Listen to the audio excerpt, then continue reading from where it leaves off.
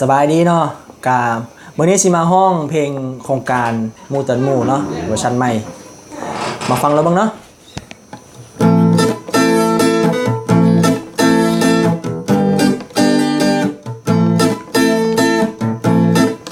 มูเตือนมูด้วยความห่วงใยสร้างความปลอดภัยให้เป็นวัฒนธรรมมูเตือนมูช่วยกันสู้คำหมู่เตือนหมู่ช่วยกันสู้คำส่งเสริมพฤติกรรมด้านความปลอดภัยขี่รถจักรต้องใส่หมวกกันน็อกหลายคนก็บอกใส่ย้อนแดดฮ้อนหลายหลายคนใส่พอกระเทิงบ่ย่านเสียเงินจากตำรวจปรับใหม่สุมผู้บ่าวย่านเสียทรงผมสุมผู้บ่าวย่านเสียทรงผมสาวสิบ่ซื่นสมก็เลยบ่ได้ใส่ขี่รถเก๋งฟังเพลงเปิดแอร์หลายคนบ่แค่สายฮาร์ดนิรภัยบางบ่หูบางก็เมินเสยบางก็บ่เคยบ่สะดวกสบายเดินทางไกลขึ้นท้ายกระบะเดินทางไกลขึ้นท้ายกระบะอุบัติเหตุขึ้นมาละจักสิเป็นจังใดหมู่เตือนหมู่ด้วยความห่วงใยสร้างความปลอดภัยให้เป็นวัฒนธรรมหมู่เตือนหมู่ช่วยกันสู้ค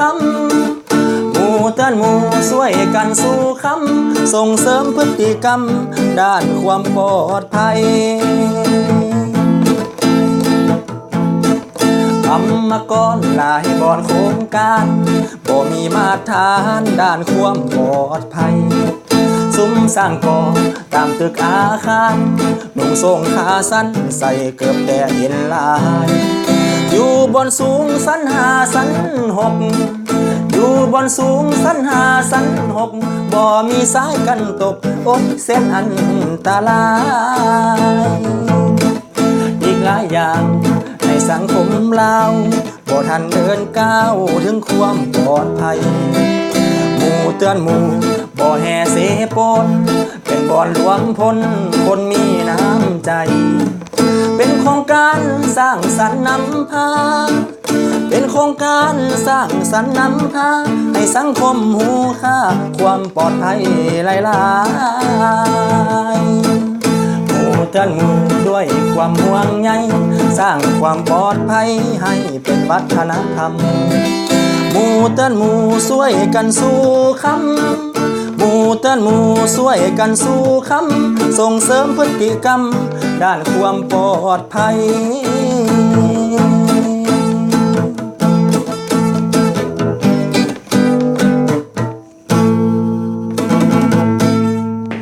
เนาะก็ถือว่า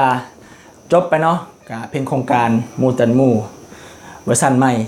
เนาะก็ฝากกดไลค์กดแชร์หรือว่ามีคอมเมนต์เนาะ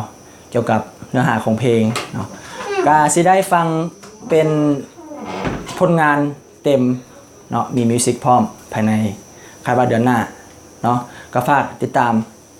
นำด้วยเนาะขอขอบใจ